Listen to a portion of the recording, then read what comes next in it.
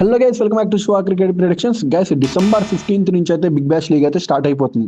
దాంట్లో first match వచ్చేసరికి Perth snatchers కి ఇంకా మెల్బోర్న్ స్టార్స్ కి అయితే మ్యాచ్ జరగబోతుంది. అయితే ఈ మ్యాచ్ వచ్చేసి ఆస్ట్రేలియాలో పెర్త్లో ఆప్టస్ స్టేడియంలో జరగబోతుంది.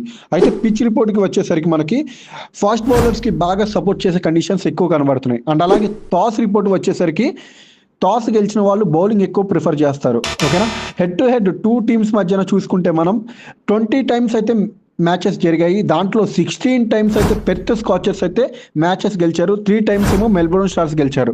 దాంట్లో ఇంకో మ్యాచ్ ఏమో వర్షం వల్ల జరగలేదు. ఓకేనా, టూ టీమ్స్లో బెస్ట్ బ్యాటర్ చూసుకుంటే మనం ఎరన్ హ్యాడ్లీ అని ఎక్స్పెక్ట్ చేస్తున్నాను నేనైతే.